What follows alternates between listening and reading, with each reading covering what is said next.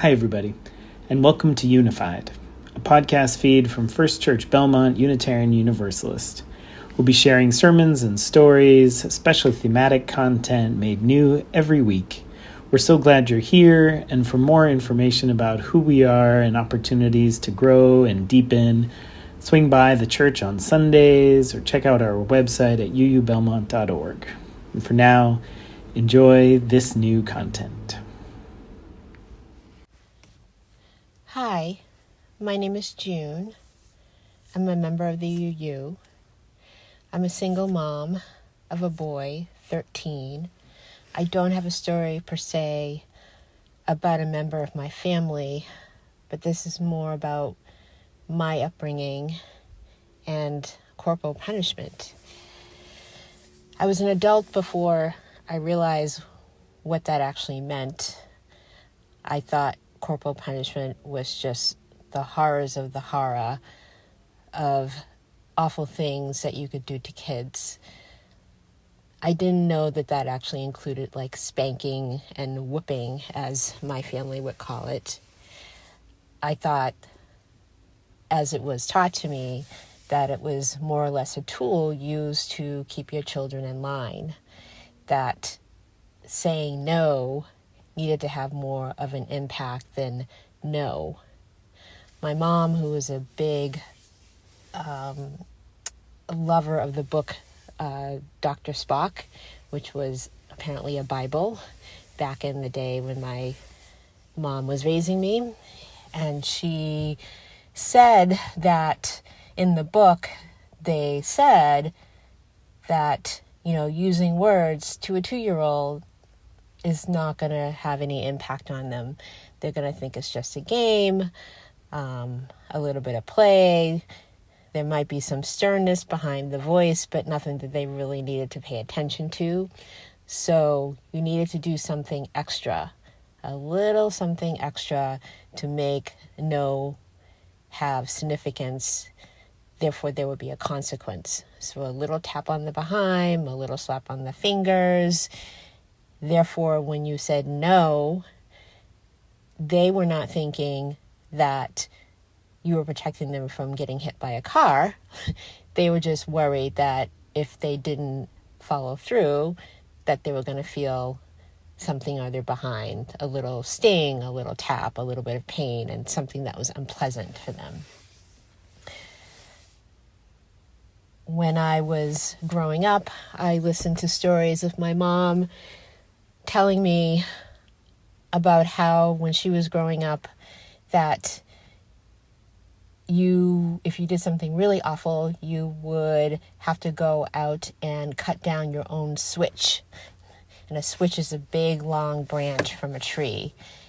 And it had to be good, and it had to be strong, and it had to carry significant impact.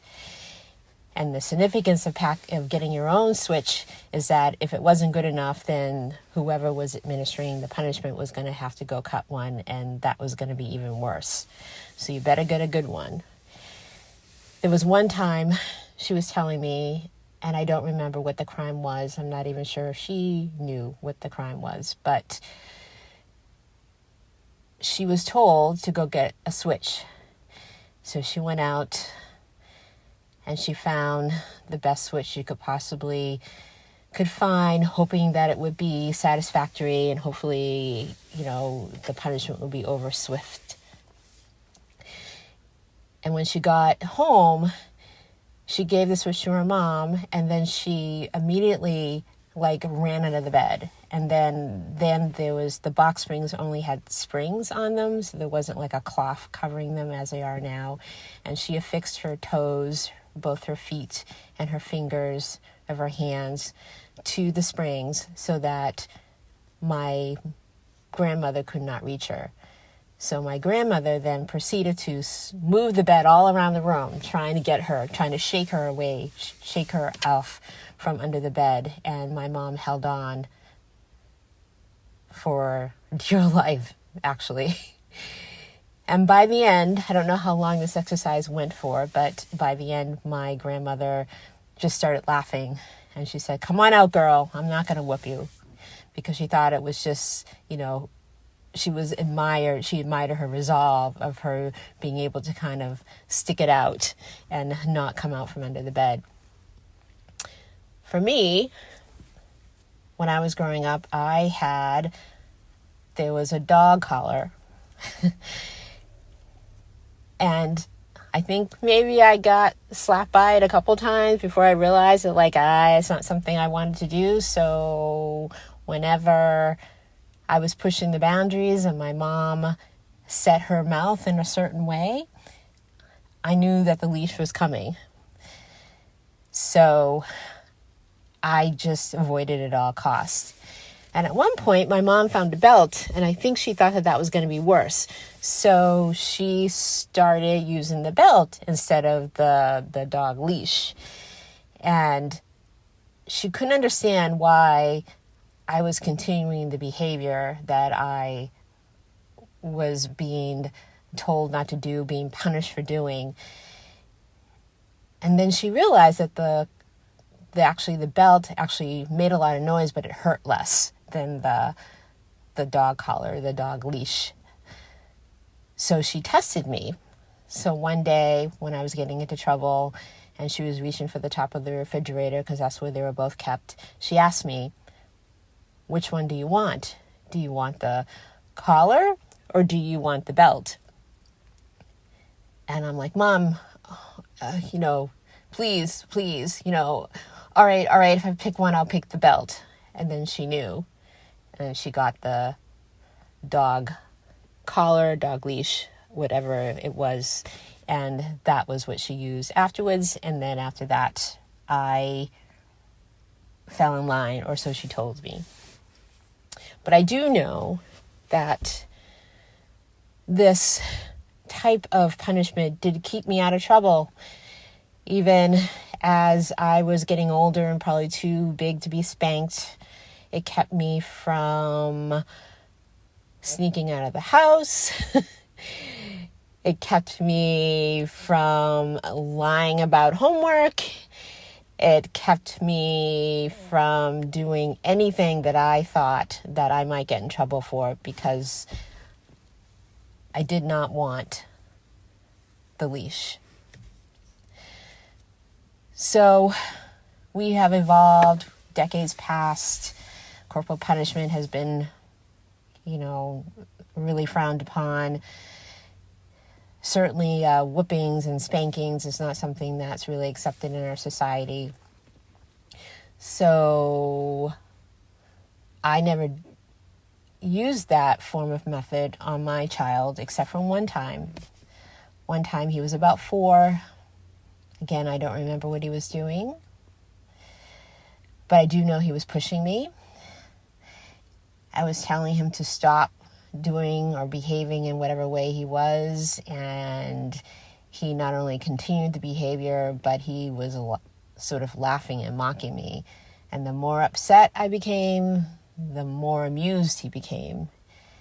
And that enraged me, so that I was like, okay, this is it.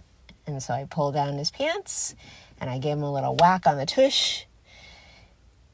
And instead of the reaction that I thought, that he'd be upset and remorseful and sorry that he pushed me into this, he actually ran away, and he went into a corner and he huddled there and he looked at me with these eyes, and through his mouth he said, "I knew you never loved me."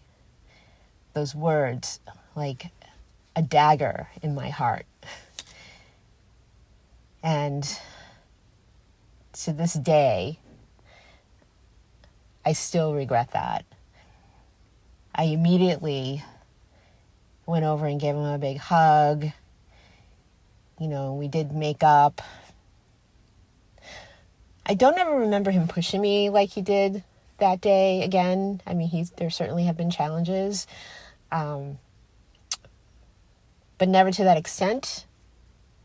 Even though I've gotten really mad since then and have totally lost my cool, but never to the point that I would actually raise a hand to hit him. But it sort of drove home oh, how can we do this to our kids? And he remembers it. And what's interesting is that there are shows about sort of the African American way of life. There's a show called Family Reunion, which is set in the South in Georgia. And there's a show that the Family Reunion is fairly recent in this last few years. But then there's Everybody Hates Chris, which is a story about Chris Rock and how he grew up in Brooklyn. And in both those shows, they utilize the whooping and the spanking and the belt. And it made me think, it's like, okay, I wasn't crazy. This actually was part of my past. And they're talking about it in today's language. But I feel like it really doesn't have a place in society. Though it's interesting that it feels like it's a part of my culture. And when you look up corporal punishment, it's not, it's mostly about doing really awful things like electrocutions and, waterboarding and all other sorts of torture devices. But spanking is in there. I'm really not sure what to do with this. I don't know if I would condone spanking in another family member if they were to tell me the story now, but I just wanted to share this was my experience. Okay, thank you.